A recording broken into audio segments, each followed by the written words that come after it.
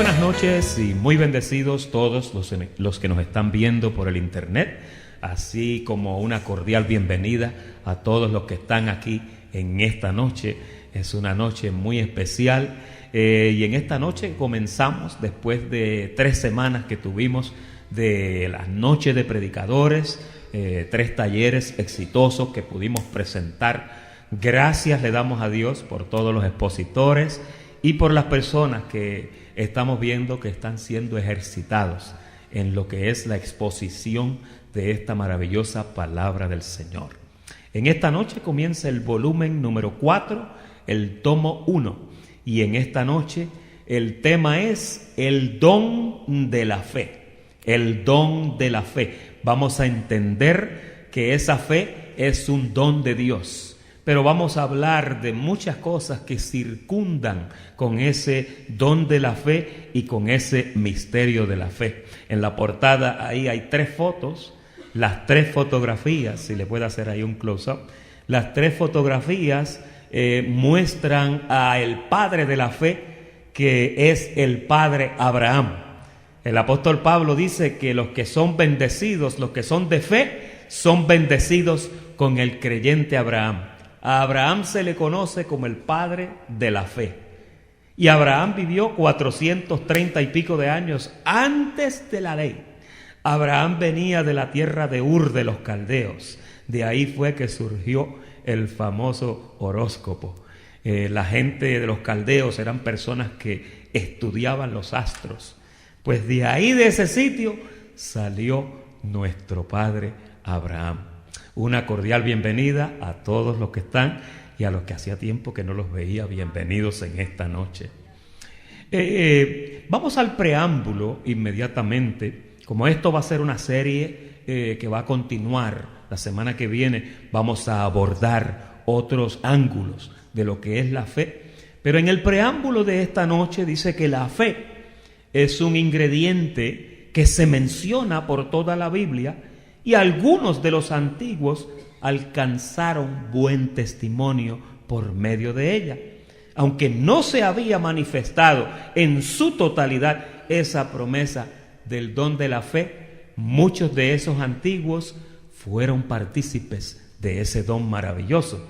Obviamente, la fe en el Antiguo Testamento o en los tiempos antiguos, como en los tiempos de Abraham, era la misma fe que está hoy día. Y hoy vamos a dilucidar eso un poco. En la Biblia no se registran más de una fe. Es una sola fe. Diga eso conmigo. Una sola fe. De la misma forma que es un Señor, que es un bautismo, es una sola fe. Pero no se había manifestado el don en su totalidad. De la misma forma que el Espíritu Santo tampoco se había manifestado en su totalidad. Sin embargo, usted encuentra muchas instancias bíblicas donde el Espíritu Santo trabajó en muchos hombres de la Biblia. Por ejemplo, usted lee a un David que decía que no quites de mí tu espíritu. David hablaba del Espíritu de Dios. Cuando el Espíritu de Dios venía sobre David, David danzaba, David escribía, David declamaba al Señor. Y de la misma forma que a David, por ejemplo, cuando el Espíritu Santo venía sobre Sansón, dice que Sansón cogía una fuerza enorme y desquijarraba leones y hacía todo tipo de cosas, porque la promesa del Espíritu Santo no había venido, pero la manifestación del Espíritu Santo sí se registró en muchas partes por la Biblia. Por lo tanto, la fe trabaja en una forma sinónima. No estaba manifestado el don de la fe, pero sí había fe en muchos de los hombres que hay en la Biblia que los caracterizó. Y el más notable de la fe en la palabra de Dios es nuestro padre Abraham. Bien, la primera parte de esta noche se llama la fe definida y la común fe.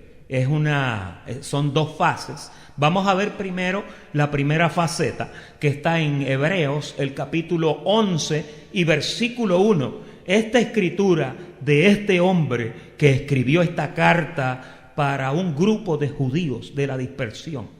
Este hombre da una declaración tan precisa acerca de lo que es la fe.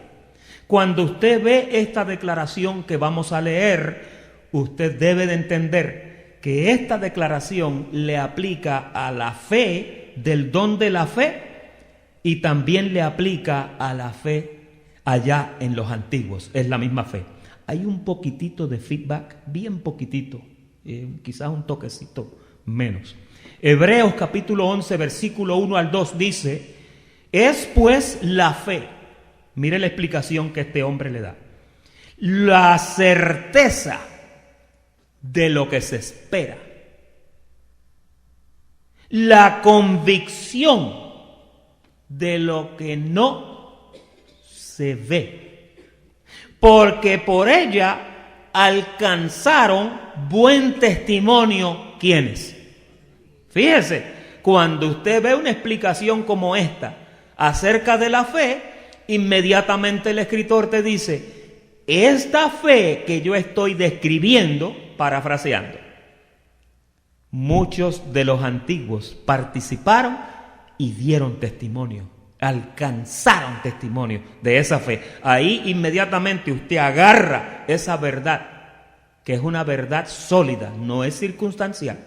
Es una verdad absoluta donde usted la agarra y usted llegue a la conclusión para usted mismo. La fe que se describe aquí es la misma fe que estaba allá. Entiéndalo de esa forma. De que no se había manifestado el don, eso es otra cosa, pero es una sola fe. Diga eso conmigo. Una sola fe, no hay dos. Mira cómo dice Tito, capítulo 1 y versículo 4. A Tito, verdadero hijo, ¿en qué? En la común fe. Fíjate, el apóstol Pablo utiliza la común fe para describir a su hijo Tito, al hijo en el evangelio, por supuesto, porque él lo engendró en el evangelio, pero le dice hijo en la común fe. Ahora, ¿qué significa la común fe? Que es una sola fe. La común fe es la única fe que hay, no hay otra. Pues ahí él lo describe de esa forma.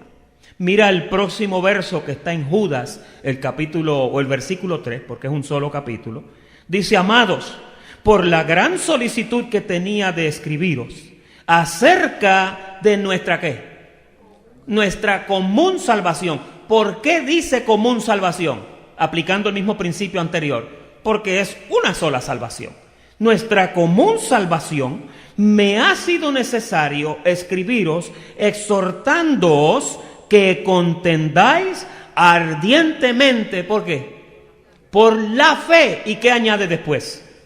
Que ha sido una vez dada a los santos. Usted se da cuenta cómo cuando se habla de la fe, por eso la común fe, la fe tiene una unicidad. La fe tiene una unidad. La fe no se puede fragmentar, no se puede combinar, no se puede disectar, separarla. La fe es indisoluble. Cuando se habla de fe, es convicción de lo que no estás viendo. Es certeza de lo que no te ha llegado. No hay ninguna otra forma de explicar la fe. Qué lindo, una palabra tan pequeña de una consonante y una vocal y encierra una verdad planetaria. Es una verdad que traspasa los universos. Cuando la Biblia habla en Hebreos 11, no hay que buscarlo, pero dice: por la fe entendemos haber sido constituidos los universos.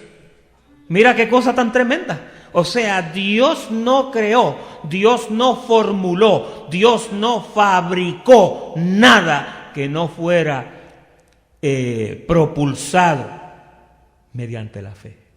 Todo existe por la fe. La fe es todo. Y después más tarde en otros estudios vamos a hablar que va a llegar un momento que va a dejar de ser. Va a tener un fin. Pero mientras tanto la tenemos aquí y mientras está aquí es porque hace falta. Tú necesitas fe todos los días. Tú necesitas fe para mantener tu vida diaria. Tú no puedes existir, tú no puedes sobrevivir sin fe.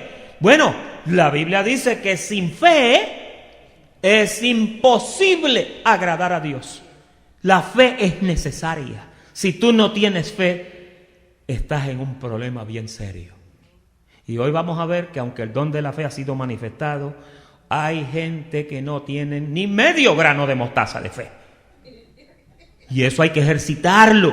Tú tienes que ejercitarte para la fe. Tú tienes que aprender a tener fe. Por eso estos estudios que estamos ahora presentando llevan como mira capacitar a los creyentes para que aprendan a vivir por fe. Porque hay gente que cuando le empieza a entrar agua al bote, se paniquean. Esa es una palabra boricua. Se paniquean, se ponen nerviosos y comienzan a temblar. Y ahí en esos momentos es cuando tú tienes que apretar el botón del salvavidas que se llama la fe. Y esa fe es la que te sostiene y te enseña a prevalecer, a permanecer en pie, aunque esté pasando lo que esté pasando a tu alrededor.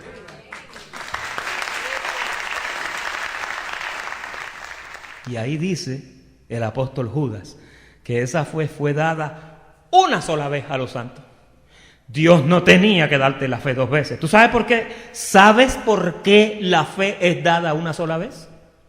Porque la fe es como la salvación, es un golpe dado. Tu salvación es un golpe dado. Tu salvación no hay nada que la pueda disolver. Pastor, pero yo me puedo perder si yo quiero. Tú puedes tratar de perderte, pero jamás vas a poder. Hay veces que yo pienso, porque hay personas que piensan que el plan de salvación está en las manos de ellos. Hay personas que son salvos hoy, me pierdo mañana, me vuelvo a salvar hoy. No. Cuando tú entras, mira, aquella gente que entró al arca de Noé, aquellas 8 personas, cuando entraron allí, ¿había alguien que podía salirse de allí? No podían. ¿Sabes quién cerró aquella puerta? Dios. ¿Y sabes quién la abrió? Dios fue el que abrió la puerta. De aquel arca no podía brincar nadie. Yo no sé cómo mantuvieron a los pichones allí dentro, pero usted no es un pichón. Usted no es un pichón. Los pichones quizás podían volar por el sunroof, porque me imagino que Noé le hizo un sunroof lo más bonito. Pero el arca de salvación era un sitio donde Dios cerraba y Dios abría.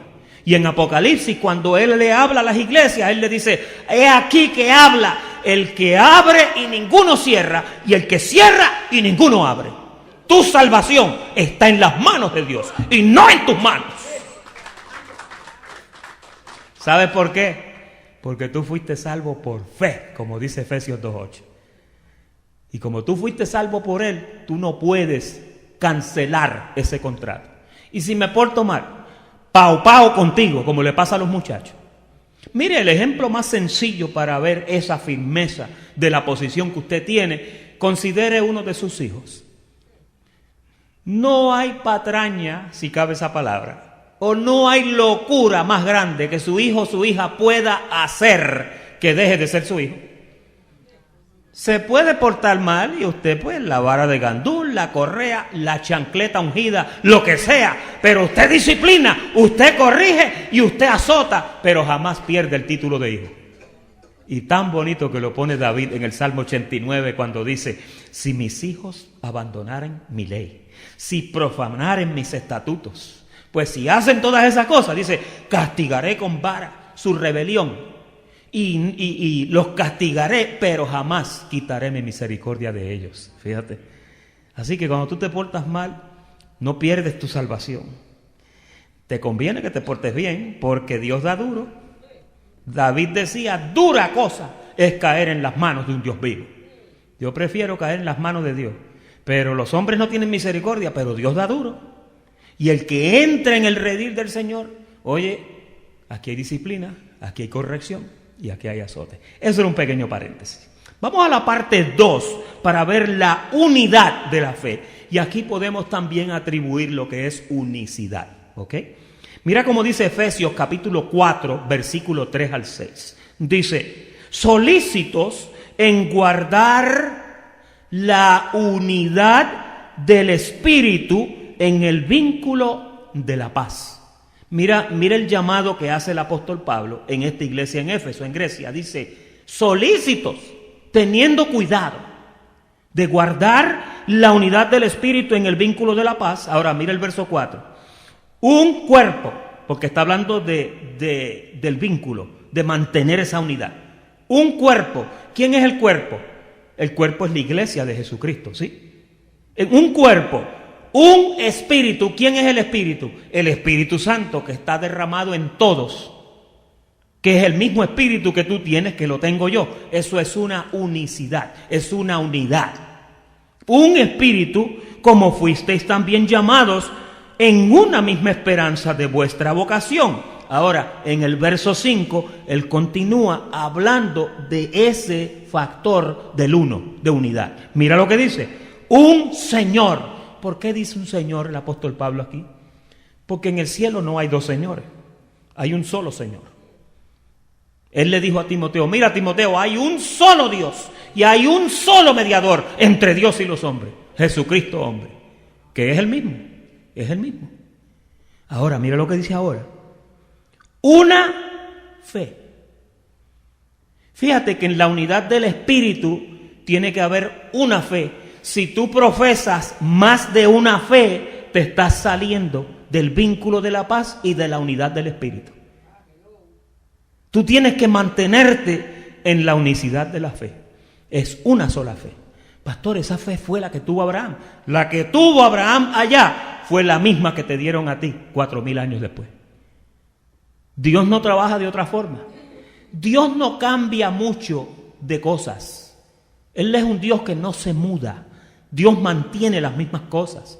El pacto cambió, el trato cambió, pero Dios sigue siendo el mismo. Dios no cambia.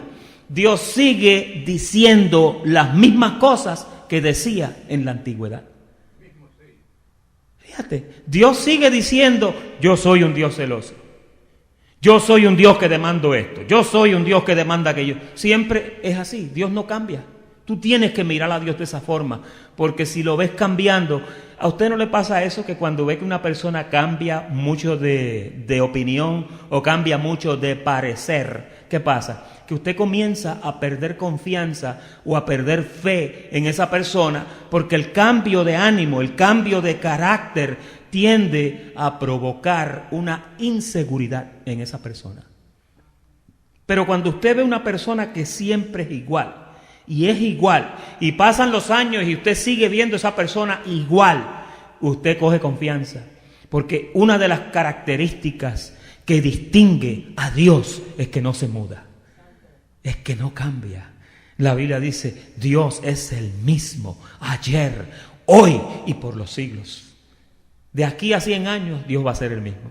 400 años atrás Dios era el mismo. 2000 y pico de años atrás Dios era el mismo. 5000 años atrás, Dios era el mismo. Le gustaban las mismas cosas y aborrecía las mismas cosas. Dios no cambia. Cuando tú empiezas a conocer este carácter de Dios, cuando tú comienzas a mirar estas características, tú lo puedes entender mejor. Hay gente que no entienden a Dios. Para tú entender a Dios, tú tienes que leer la palabra. Empieza en Génesis y empieza a mirarlo, cómo es su carácter. Mira cómo fue en Éxodo, mira cómo fue en Números, mira cómo fue en Deuteronomio. Y tú lo vas mirando y te vas a dar cuenta que Dios no cambia. Lo miras tratando con los reyes, con David, con Sansón, con Jefté, sigue siendo el mismo. Llega Jesús a la escena vestido en ese cuerpo que se hizo en el vientre de María. Y miras el carácter de él y es idéntico al carácter del Jehová del Antiguo Testamento. La misma cosa, citando los mismos versos que él escribió, los mismos versos que él dictó a los profetas. Yo me imagino que todo eso lo tenía en la cabeza, le salían las profecías así, porque Dios estaba claro en su mente. La unicidad de Dios, ahí dice una fe, un bautismo. Pastor, ¿cuál es el bautismo? El bautismo en agua. El bautismo en agua fue un llamado de fe que Juan el Bautista hizo en lo que el hacha iba y venía. Y usted sabe una cosa, Juan el Bautista se atrevió a decir por su boca: y bautícese cada uno en el nombre del Señor para que les sean perdonados los pecados. Sin sangre. Sin sangre. Y cuando Dios habla de Juan el Bautista, Dios dice: ese, no hay mujer que ha parido uno que sea mayor que ese. Ese es mayor que Elías. Ese, no hay ningún profeta como Juan el Bautista. Juan se atrevió a ofrecer una remisión mediante un llamado al arrepentimiento. Antes de que Jesús llamara al arrepentimiento, el precursor Juan el Bautista dijo: vengan y arrepentíos y convertíos al Señor, generación de víboras. Les decía: el hacha está sobre el árbol, el que se porte mal loco. Oiga, pero Juan el Bautista era una persona fuerte. No sé si era la dieta que tenía, porque él comía legumbres y miel silvestre. Yo me imagino que cuando salió aquel hombre con aquella barba, él era 6 meses mayor que Jesús. Cuando Jesús empezó a los 30 años, ya él tenía 30 y medio. Cuando salió del desierto con aquella barba larguísima, me imagino que no olía a Oscar de la Renta. Yo creo que traía unas fragancias del desierto que eran un poquito diferentes. Pero cuando comenzó a hablar, hizo temblar la tierra, oiga. Y cuando Jesús habla de él, una vez le preguntaron una pregunta bien capciosa a Jesús. Y él dijo: ¿en qué puedo pensar? ¿Qué pregunta puedo hacer que pueda contrarrestar la pregunta más retante que me puedan hacer? Y dijo: les voy a preguntar algo. ¿El bautismo de Juan era de Dios o era de los hombres? Oye, eso no se podía contestar. Había que tener el espíritu para contestar eso. El bautismo de Juan era de Dios. Y entonces Juan empezó con agua porque era lo único que había. Pero una vez, desde que comenzó, él dijo: miren, no se me enreden mucho con esto, parafraseando. No se me encariñen mucho con esto, porque yo a la verdad os bautizo en agua, pero el que viene detrás de mí no lo va a hacer de esta forma. Yo estoy utilizando agua, pero el que viene detrás de mí lo va a hacer con Espíritu Santo y fuego. ¿Cuál es ese bautismo de Efesios capítulo 4? El bautismo de Espíritu Santo y fuego. El bautismo en que tú fuiste bautizado.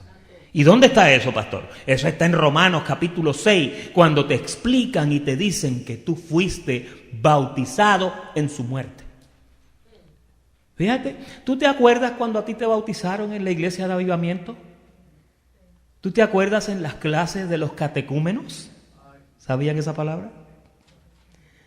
En la clase de los catecúmenos, para prepararte para el bautismo en agua, te decían: mira, cuando te bajen al agua, una vez tu cuerpo esté debajo del agua, esa es la sepultura, te decían. Y cuando te saquen del agua nuevamente, ahí tú vas a ser una nueva criatura en Cristo Jesús. ¿Sí o no? Yo me bauticé en la sinagoga en Nueva York. Y entonces, fíjate, era un bautismo, obviamente, los hermanos que hacían esto, pues, esa fue la forma en que lo aprendimos, ¿no? Y yo no los menosprecio por eso. Pero cuando yo empecé a consultar al apóstol de la gracia, que Pablo dice: mira, el bautismo tuyo, cuando a Jesús lo sepultaron, y después cuando Él resucitó, ese fue tu bautismo. Él lo explica tan lindo cuando dice: fuimos bautizados en su muerte y fuimos resucitados en su resurrección. Tú estás bautizado automáticamente cuando Él muere y cuando Él resucita. Tú eres identificado con ese bautismo. Ahora, ¿cómo tú te apropias de ese bautismo? ¿La palabrita de 2 letras? Por fe.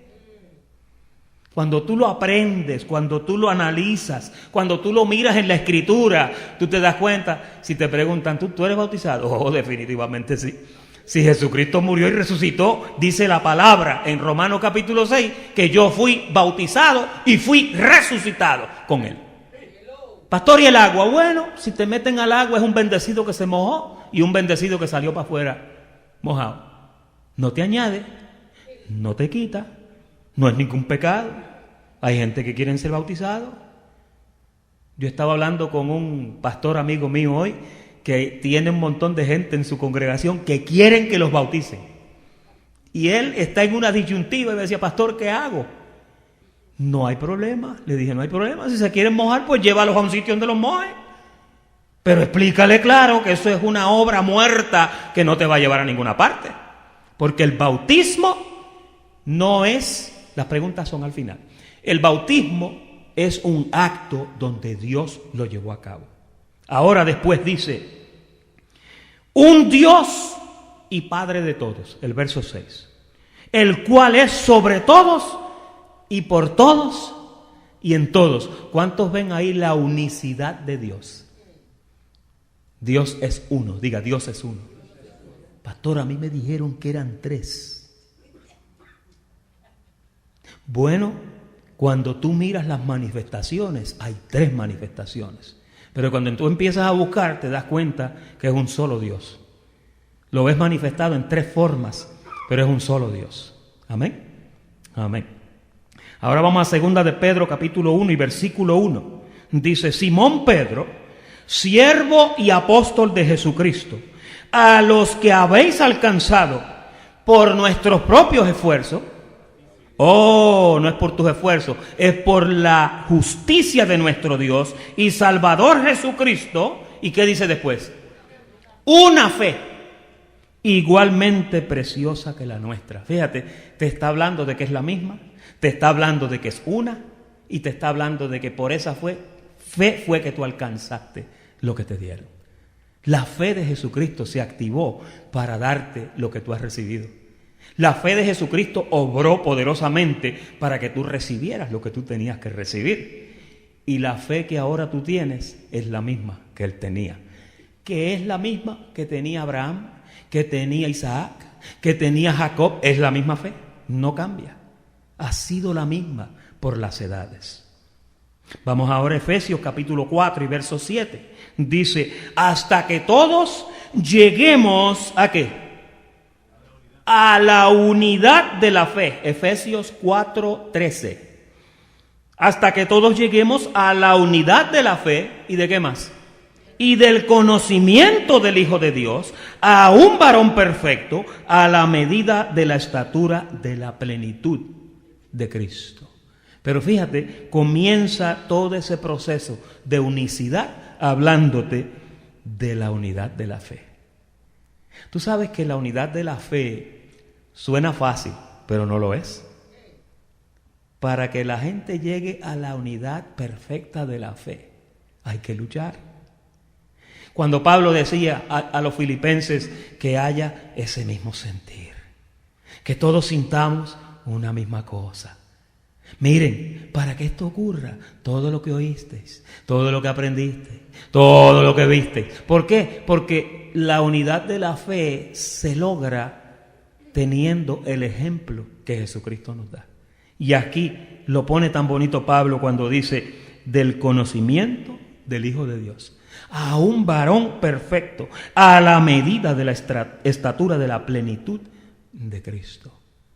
Ahora, en este otro renglón vamos a analizar el don de la fe manifestado, porque ahora usted va a ver versículos aquí donde el apóstol Pablo nos habla de un tiempo transicional en nuestra dispensación, donde en un momento preciso se manifestó el don de la fe. Vamos a ver, Gálatas capítulo 3, versículos 22 al 29. Dice, mas la Escritura lo encerró todo bajo pecado, para que la promesa que es, ¿por qué? Que es por la fe en Jesucristo, fuese dada a los creyentes. Fíjate, era una promesa, tenía que venir, pero antes de venir, Dios tuvo que enactar, que activar, que establecer una ley que encerró todo bajo pecado. El pecado existía antes de la ley, pero no se sabía, no se conocía, porque no había un mandamiento que decía, no hagas esto, no hagas aquello. Es como cuando no hay una ley. Si no hay una ley que usted dice que no haga esto, no haga aquello, a usted no lo pueden culpar, porque en una corte de ley, para imputarle a usted un cargo, tiene que haber una ley escrita que a usted se le pueda imputar un cargo basado en la ley tal, el párrafo tal, la sección tal. Si no hay un estatuto específico de violación de ley, a usted no le pueden formular cargos. ¿Todos entendemos eso? Un policía no puede arrestarte a ti porque piensa que tú eres un criminal. No, hay que probarlo en una corte de ley. Para eso se necesita una evidencia concreta, no circunstancial. Se necesita prueba, tiene que tener todo tipo de cosas que justifiquen que ese cargo que se le está haciendo a ese ciudadano tiene un fundamento establecido. Amén. Versículo 23.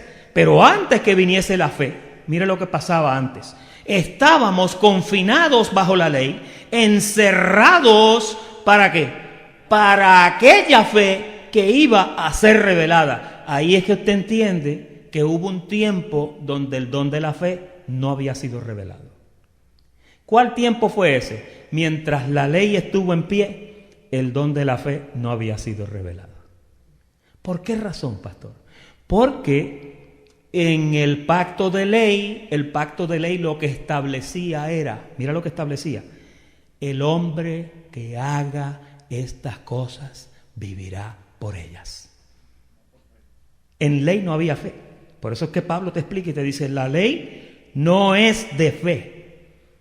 En la ley lo que había era una observancia y un cumplimiento para no violar lo que se había escrito en un estatuto que decía, no matarás, no hurtarás, no dirás falso testimonio, no tendrás dioses ajenos, acuérdate de hacer esto, acuérdate de hacer aquello. Era un estatuto. Entonces, mientras existió eso, lo único que había que hacer era obedecer eso. El problema que había con eso era que tú podías, la ley tuvo 10 mandamientos que para los que no lo sabían, esos 10 mandamientos todavía están en pie. ¿Ok? Todavía están en pie. Porque esa es una ley del corazón de Dios. El hecho, si dijéramos que esos 10 mandamientos no están en pie, entonces podríamos hurtar, podríamos matar, podríamos decir falso testimonio. Pastor, ¿y el del sábado? Ese es muy importante porque Él estableció un reposo para ti y ahora tú estás en el día de reposo con Él, todo el tiempo. Ese reposo ya Él te lo dio. La Biblia dice que los que hemos entrado al Señor estamos en ese reposo. Pero fíjate, habían 613 ordenanzas que se instituyeron en la ley, donde esas ordenanzas había que cumplirlas. Y ahí estaba, mira, hasta de los caballos. El buey, no le puedes poner bozal al buey que trilla. ¿Cuántos entienden esa? El buey que se usaba para trabajar en el campo, para arar. Tú le ponías un yugo a ese buey. Y ese buey estaba trabajando ahí bajo el sol todo el día. Y entonces a veces por la tarde tú tenías que ir a Walmart y el mismo pobre buey que estuvo con el yugo puesto trillando, ahora le pones un bozal y te lo llevas a jalar la carreta para ir a Walmart. No, eso no se podía hacer. El animal tenía un cuidado, un respeto. Dios mostraba respeto por esas criaturas. Tú no podías maltratar a un animal así. Pero habían algunos que lo hacían. Habían algunos que lo hacían y violaban todo tipo de leyes. Usted sabe que siempre hay gente que quebranta leyes de una forma increíble, ¿no? Ahora, versículo 24 dice, de manera que la ley ha sido nuestro ayo para llevarnos a Cristo, a fin de que fuésemos justificados, ¿por qué? Por la fe. Pero venida la fe, mira lo que pasa cuando el don de la fe llega. Venida la fe, ya no estamos bajo ayo. Un ayo es una persona que cuida a otra, un paracleto, ¿no? Una persona que lo va llevando, que te va llevando, que te va ayudando. Como una nani cuida a un niño. Pues la ley era así, era como un ayo que te iba guiando hasta que llegara Jesucristo. Obviamente, por esa ley murieron miles, unos quemados, otros apedreados, porque había gente que adulteraba, y el que adulterara, la pena de muerte era que lo apedreaban. Otros los quemaban con toda la familia, como le hicieron a Acán con toda la familia fuera del campamento. Y entonces había muchas penas de muerte durante la ley. ¿Cómo decía la ley? El que espada mata, a espada muera. Ojo por ojo, diente por diente. De esa forma era como la ley trabajaba. Una vez llegó la fe, ¿qué pasa? Se acabó eso. ¿Quién abolió la ley? Cristo abolió la ley, la cumplió y después la abolió. Dijo, ya, ahora no estamos bajo ese mandamiento. Dios la dio, Dios la quitó. Nadie más podía quitarla. Y a la ley había que pagarle lo que ella demandaba. Y Jesucristo le pagó todo el bill, completito, para que tú quedaras libre. Por eso es que la cuenta tuya hoy día dice 0, porque Él la pagó por ti. Venida la fe, ya no estamos bajo ayo, dice, versículo 26. Pues todos sois hijos de Dios por la fe en Cristo Jesús. Versículo 27.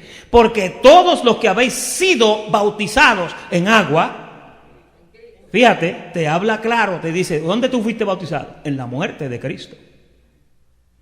Todos los que hemos sido bautizados en Cristo, de Cristo Jesús estáis revestidos.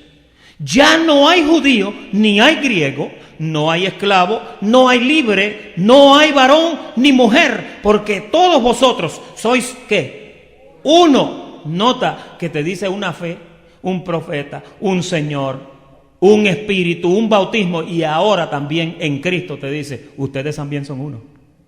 Por eso tú tienes que estimar a tu hermano aunque sea débil. Por eso tú tienes que tener misericordia con el que quizá no tiene la paciencia que quizás tú tengas.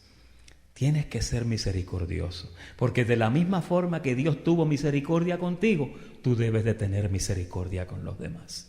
No todos caminan a la misma velocidad. Hay veces que tú y yo quisiéramos avanzar y avanzar. Desgraciadamente hay personas que no pueden ir a esa velocidad.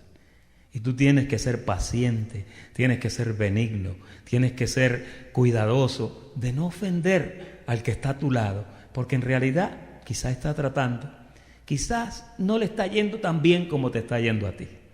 A lo mejor quizás tú llevas muchos años caminando, quizás ya tú eres un experimentado, pero la persona con la que tú estás sufriendo, quizás esa persona no ha caminado tanto como tú. Por eso, el consejo de la palabra de Dios es que tengas paciencia. Sé paciente, aguanta la ira. Yo sé que a veces tú quisieras agarrarlo por el moño y no, tienes que tener paciencia. Amén. Mira que dice el verso 28. Ya no hay judío ni griego, no hay esclavo ni libre, no hay varón ni mujer, porque todos sois uno en Cristo Jesús. Y si vosotros sois de Cristo, oye bien, aquí Pablo no está diciendo, mira, si en caso de que tú seas de Cristo, no. Ahí Pablo lo que está es estableciendo, porque en el versículo anterior ya te digo que tú eres de Él. Si vosotros sois de Cristo, diga, yo soy de Cristo. Linaje de Abraham sois. Fíjate que al tú ser de Cristo te dice que tú eres del linaje de Abraham. ¿Cuál es la importancia que tiene Abraham en todo esto? Él es el padre de la fe. Y entonces a él le hicieron una promesa. ¿Cuál fue la promesa que le hicieron? En ti serán benditas todas las familias de la tierra. Entonces, ¿qué pasa? Cuando Cristo viene y paga el precio, ahora te dice, si vosotros sois de Cristo, ciertamente linaje de Abraham sois y herederos según la promesa. Mira qué importante es esto. El sacrificio de Cristo, el producto de lo que hizo Cristo, te coloca a ti en el testamento de Abraham. Qué lindo es cuando tú apareces en un testamento y el que estiró la pata o se murió tenía $10 millones, ¿verdad? No hay quien te borre esa sonrisa de tu cara porque tú dices, no, se murió Juana y yo estoy en el testamento. Pues mira, Cristo murió y tú estás en el testamento de Abraham. Amén. Qué lindo es el Señor. Eso estuvo bueno, ¿verdad? La prueba de la fe. Pastor, ¿y cuál es la prueba de la fe?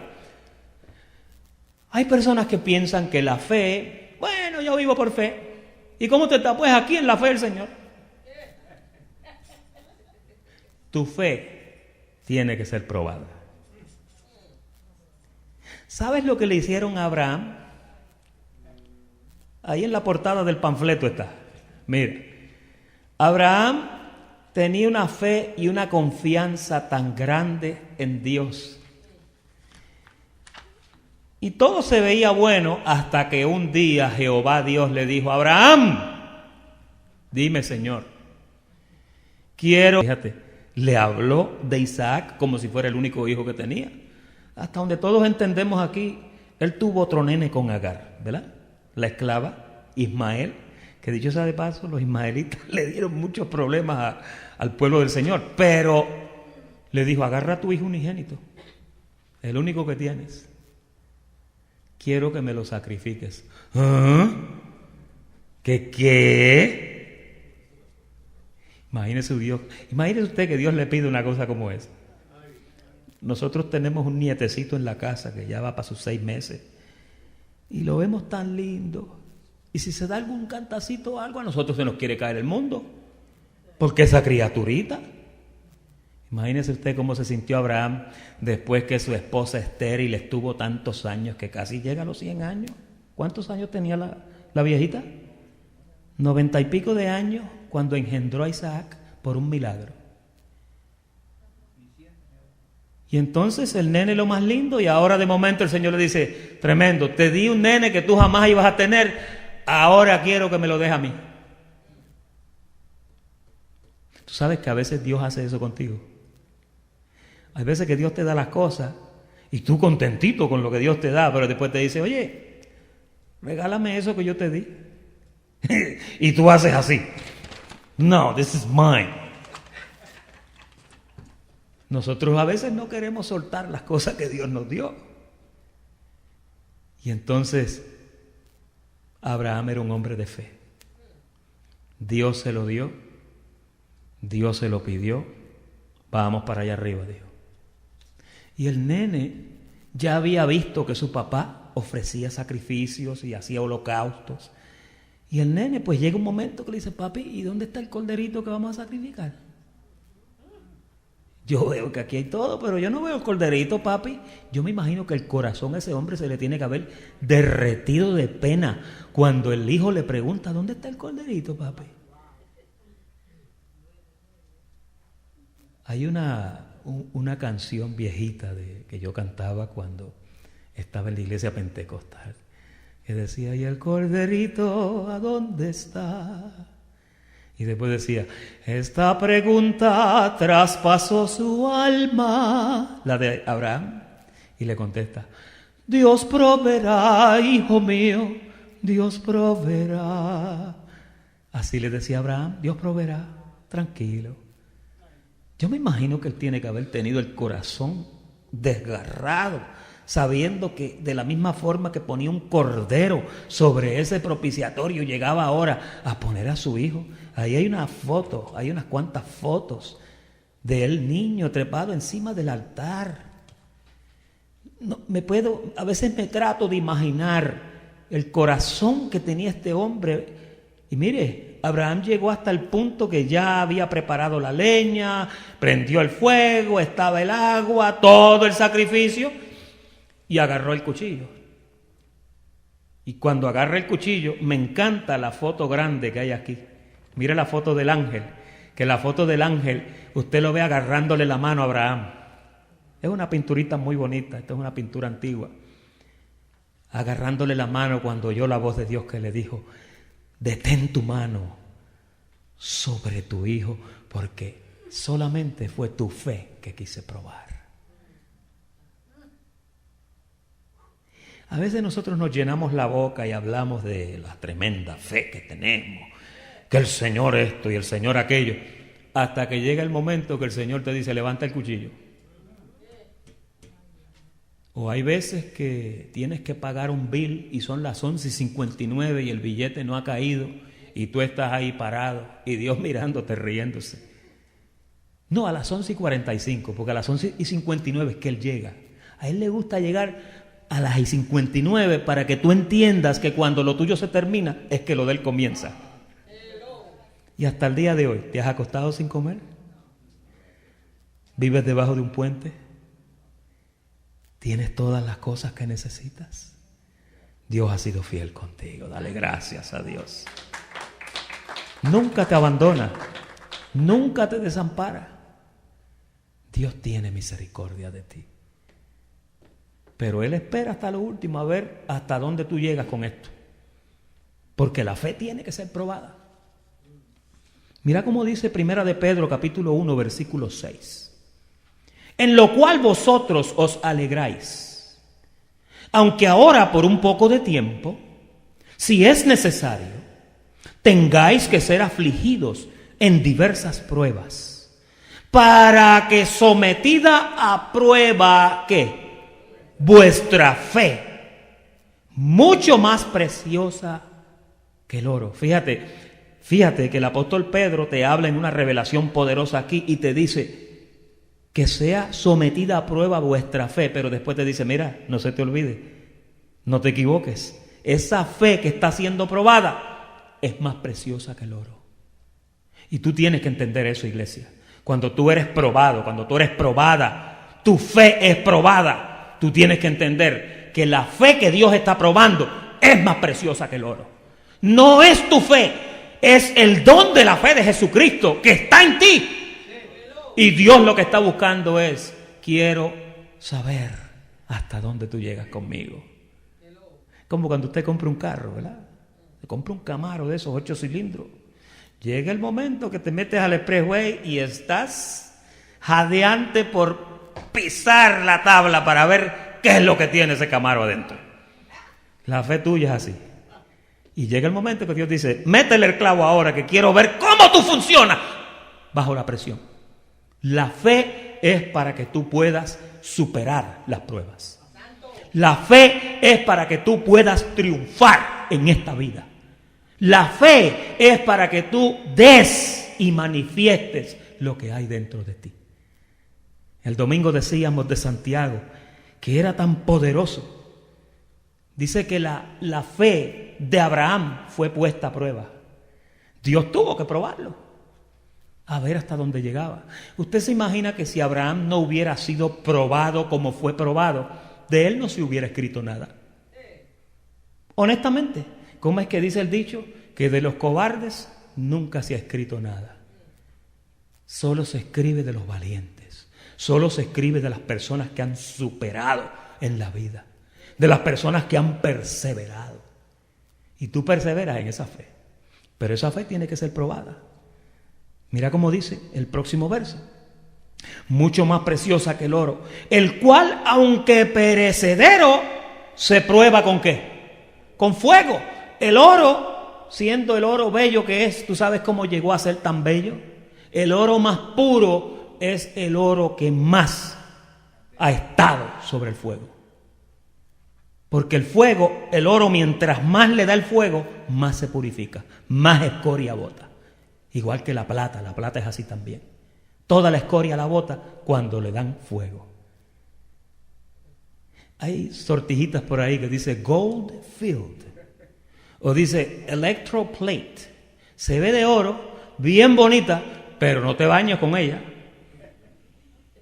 ¿Te has visto esas cadenas a veces que no son muy caras? Te bañas con la cadena y terminas después con un collar negro aquí. Pero el oro puro, por más que tú lo calientas, siempre se purifica más. Y el apóstol Pedro aquí la compara con el oro. Sea hallada en alabanza, gloria y honra cuando sea manifestado Jesucristo. Mira el verso 8. A quien amáis sin haberle visto, en quien creyendo, aunque ahora no lo veáis, os alegráis con gozo inefable y glorioso, obteniendo el fin de ¿qué? Fíjate que el fin de la fe tuya es que una vez tú seas probado como el oro, deje el grado. Deje el grado. Y te va a costar. Cuando tú estás en diversas pruebas vas a llorar. Cuando estás en dificultades vas a sentir que el mundo se te está cayendo encima. Pero así es que a Dios le gusta. Porque cuando Dios te prueba de esa forma, tú comienzas a botar todas las cosas que no sirven. ¿Tú has visto a veces cuando una nave se está hundiendo? Cuando una nave se está hundiendo, el capitán rápido dice, tiren todo por la borda. Y comienzan a tirar los pianos y a tirar todas las porquerías. Porque en ese momento lo más importante es que no haya peso adicional para que la nave se hunda. Y hay veces que tu nave se está hundiendo. Y Dios lo que quiere es que tú tires todo por la borda. Porque andas muy cargado. A veces tu botecito está tan cargado que tú vas bogando y el motorcito no le da, porque los cuidados de esta vida te tienen muy cargado. Y Dios te dice, echa esas cositas por la borda. ¿Cómo es que dice esa escritura en Hebreos? Despojaos de todo peso de pecado que os asedia. Eso es que tires todo por la borda. Porque tu fe va a ser probada. Cuando una persona tiene muchas posesiones, a veces Dios lo prueba de esa forma. ¿Se acuerdan del joven rico? El joven rico llegó donde el Señor y le dijo, ¿qué es necesario que yo haga para ser salvo? Bueno, tiene que guardar los mandamientos. No, todo eso he guardado desde mi juventud, maestro. A mí me enseñaron, yo vengo de un hogar cristiano, yo no le hago mal a nadie, yo soy un tipo chévere. Y el Señor le dijo, te falta una sola cosa. Vende todo lo que tienes y dáselo a los pobres. Ahí su fe fue probada. Dice que el joven bajó la cabeza y cabizbajo se marchó porque tenía muchas posesiones. Tenía el barquito muy cargado. Y Jesús, cuando mira esa situación, le dice, miren, es bien difícil para un rico entrar al reino. Porque la gente se aferra a todas las cosas que tienen. Dicen que los millonarios no duermen soñando y pensando en los millones. Los millonarios no duermen. Yo conozco gente que tiene mucho dinero y siempre los veo preocupados. Y preocupados, y preocupados, y preocupados. Porque las mismas posesiones los mantienen tan ocupados que no pueden ser felices. Sin embargo, usted se acuesta tranquilito, ¿verdad? Se toma un cafecito ahora cuando llega a su casa, una tostadita cubana, diga la recibo, y usted se va calladito. Colosenses capítulo 2 versículo 5 dice, en lo cual, aunque estoy, Colosenses 2:5, ¿sí? En lo cual, porque aunque estoy ausente en cuerpo, no obstante, en espíritu estoy con vosotros, gozándome y mirando vuestro buen orden, y ahora viene lo importante, y la firmeza de vuestra fe en Cristo. Fíjate, ahí él da unas características que la persona puede tener, puede estar feliz. Tu vida puede estar muy en orden, pero esa firmeza en la fe de Jesucristo, eso tiene que estar bien. Yo siempre digo, cuando tú estás en abundancia, tienes abundancia, no hay problema, puedes estar en prosperidad, puedes estar en abundancia, pero tienes que decir lo que decía Pablo en Filipenses. He aprendido a conformarme con cual sea mi situación. Sé tener abundancia y sé también pasar necesidad. Tú tienes que ser así. Cuando venga la necesidad, sigue sonriendo. Que no se te vaya la sonrisa porque se te acabó el dinero, porque se te fue un contrato. Tranquilo, de la misma forma que llegó ese va a llegar otro. Hay veces que Dios te quita algo para darte algo mejor. Pero ese procesito en lo que llega el otro, ahí es donde tú te desesperas. Ay, no, es que yo... Y entonces Dios a veces te aprieta y espera hasta las 11:59 para ver si tú tienes esa fe probada. Amén. La firmeza de vuestra fe en Cristo. Por tanto, de la manera que habéis recibido al Señor Jesucristo, andad en Él. Fíjate. Porque a veces hay personas que los primeros días están felices, pero después que pasa un tiempo, no, yo estoy mal. Y como que se le va le llaman el primer amor. Los primeros días están bien contentos y después como que comienzan a divagar y comienzan a sentirse un poquito mal. Y cuando viene a ver, tú le dices, ¿cómo estás? Ahí como Dios quiere. Porque llega el momento que como que se te va el gozo. Cuando tú sabes el valor que tiene esta perla, la sonrisa nunca se va a ir de tu cara. Cuando tú sabes lo que tú tienes en tu corazón, lo que te ha sido dado, esa fe en Jesucristo, todo el tiempo te va a recordar y te va a decir, tú eres un bendecido del Señor. Lo que tú has recibido es más que el oro y la plata. Tú tienes una riqueza que Dios te ha dado. Amén. Y el último verso es de nuestro hermano Santiago. Capítulo 1, versículos 2 al 4. Hermanos míos, tened por sumo gozo cuando os halléis en diversas pruebas. ¿Cómo? ¿Que yo voy a estar gozoso cuando esté en pruebas? Te lo dice Santiago. Tened por sumo gozo cuando os halléis en diversas pruebas, sabiendo que la prueba ¿de qué? Fíjate que tu fe tiene que ser probada, porque cuando tu fe es probada, ¿qué pasa? Que esa prueba produce paciencia. ¿Quién más dijo esto? Pablo, ¿se acuerdan en Romanos 5? Hasta Iván lo canta. La Biblia dice que la tribulación produce paciencia. Cuando tú estás en tribulación, eso te produce paciencia. Y aquí dice que cuando tu fe es probada, esa prueba produce paciencia. Mas tenga la paciencia su obra completa, no te quedes ahí, y no te rajes a mitad de camino. Eso es lo que te está diciendo. Tenga la paciencia su obra completa, agárrate ahí, no confieses mal. No digas, a mí me está que Dios me abandonó. No. Cuando tú estés en una prueba, tú tienes que agarrarte de la fe. Como se agarró, ¿se acuerdan de Job? Que estaba sentado en ceniza con una tea rascándose. Y su mujer llegó de allá de Macy's con un montón de cajas y paquetes y pelucas. Y lo miró y le dijo, maldice a Dios y muérete. Oye, y en aquella ceniza le dice, como la más fatua de las mujeres has hablado. Tú te crees que vamos a recibir del Señor las cosas buenas, pero cuando vienen situaciones como esta, no las vamos a recibir. Jehová dio y Jehová quitó, y sea el nombre de Jehová bendito. Allí sentado sobre ceniza dijo esas cosas.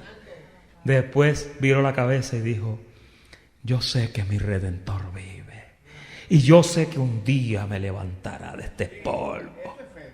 Oye, ¿no hay uno como ese? A ese le quitaron el ganado, le mataron los hijos. No le mataron la mujer, pero le mataron los hijos. La mujer se la dejaron para que lo atribulara. Y tú sabes que Dios lo restauró y le dio al triple de lo que tenía. Le dio mucho más. Qué tremendo, ¿eh? Hay veces que Dios usa a tu mujer para probar tu fe. Estás pensando en eso, yo lo sé. Tenga la paciencia su obra completa para que seáis, para que seáis perfectos y ¿qué más? ¿Y qué significa cabales, pastor? Eso, de ahí viene la palabra caballerosidad, cabalidad. Que seas cabal,